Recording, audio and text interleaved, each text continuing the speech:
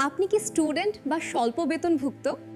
মাসের শেষে ১,০০০ টাকা কি জমাতে পারেন? ভাবছেন এই সামান্য ১,০০০ টাকায় কি হবে?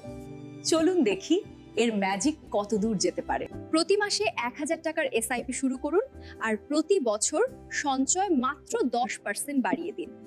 মানে আগামী বছর প্রতি মাসে ১১০০ টাকা করে জমাবেন।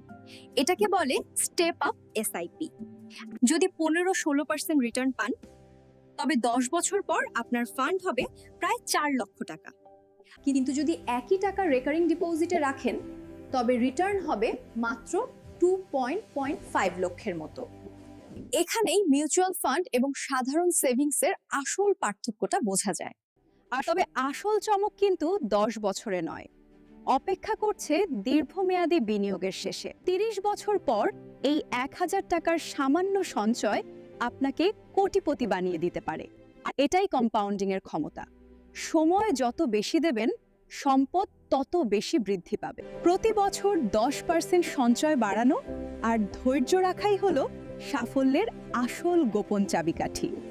আজই শুরু করুন আপনার ছোট বিনিয়োগ।